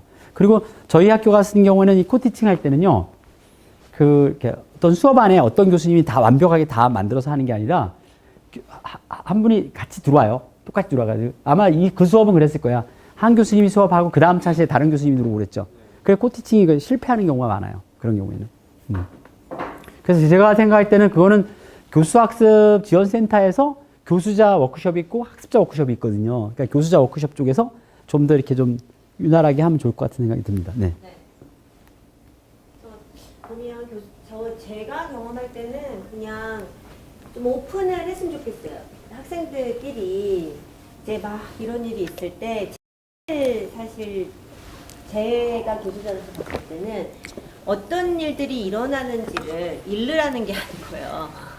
서로 공유하는 거 학습자들이. 공유를 하면 좋겠고요. 근데 이제 조별 활동을 할 때 학생들끼리 서로 마음 상할까봐 말 못하고 이런 게 있잖아요. 근데 조별 활동을 시작하고 뭐를 하나의 프로젝트를 함께 내야 되는 경우들이 많아서 그 얘기를 하는 걸 텐데 그럴 때는 서로에게 기대하는 그러니까 익스펙테이션의 수준을 명확히 할 필요가 있어요. 처음부터. 네. 근데 많은 경우 그게 안 돼 있어요. 교수님이 정말 정확한 지적 해주셨는데 기대 수준뿐만 아니라 태스크 있죠. 롤 디파인 같은 것들이 정확하게 하면 돼요. 그러니까 우리가 어떠한 교수님으로부터 태스크를 받았어. 그럼 가을 병정들이 각각의 역할들이 있잖아요. 근데 역할을 할 때 사람들이 뭐냐면 그냥 자기 역할만 하고 하려는 게 많아요. 근데 내가 여기선 주 역할이고 저쪽 친구한테 부역할 이렇게 좀 크로스로 해놓는 게 되게 좋습니다. 무슨 뜻인지 알겠죠? 그러니까 그러면 리스폰서빌리티가 돼요. 그러니까 공동 책임이 되는 거죠. 그러니까 대부분의 팀플에서 보면은 야 너는 PPT 해. 너는 뭘 잘하니까 이렇게 하면 실패되는 경우가 많아요. 그리고 오히려 PPT 하는데 PPT를 잘하는 사람하고 그 보조해주는 사람하고 그다음에 뭐 자료 수집도 그러니까 자료 수집 전체 다 해야 되는 거야. 근데 자료 수집에서의 반장 모든 사람이 자료 수집해. 모든 사람이 PPT 같이 해야 돼. 근데 반장과 그렇지 않은 사람들이 같이 준비해서 이렇게 오버래핑 시키는 게 성공적으로 되는 거고요. 그다음에 그 안에서 우리가 뭘 가져야 되냐면 아까 얘기한 상호 신뢰감을 가져야 돼. 그래서 상호 신뢰감이라는 게 팀 구성했다고 상호 신뢰감이 확 생기는 게 아니잖아요. 그래서 수업의 같은 조는 뭐 이렇게 밥도 같이 먹는다든가 이게 이게 카카오톡을 공유한다든가 영화를 같이 본다든가 해가지고 그래야지 정서적으로 이모셔널한 게 굉장히 또 중요하거든요. 정서적으로 내와 이 사람이 한 팀이라는 거를 느끼게 해주는 것도 필요합니다. 네. 그렇게 하시면 좋을 것 같아요. 시간이 없으면 점심시간에 만나서 밥을 같이 먹는 것 이런 것도 되게 좋은 정서적 코오퍼레이티브에서 굉장히 중요한 역할을 차지한다고 봐요. 또 질문 뭐 이렇게 우리 오신 분들 하나씩 다 질문해도 될 것 같아요. 우리 학생들이 다 가가지고 응. 질문했죠? 안 했나? 해요. 응. 왜? 그거 다 이해했어요? 내가 질문해도 돼요? 질문하라는 식이네요. 응. 질문 있으신 분 해보세요. 네. 또.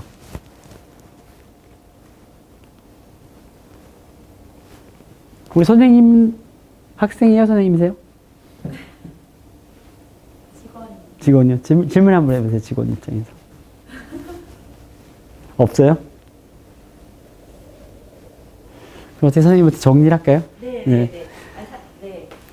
우리 그러면 다 한번 사진 한번 찍었으면 좋을 것 같은데. 너무 예, 그러니까. 사람들이 바빠가지고 요새 기말 시험 기간이. 그러니까 여러분들은 이제 승리자인 거예요, 협동학습에. 그래서 점심시간에 좀 있다가 수업이 그런 것 같아요. 1시부터라서 이렇게 나간 것 같아요. 자, 우리 사진 한번 같이 찍읍시다. 앞에 오세요. 네. 사진 네.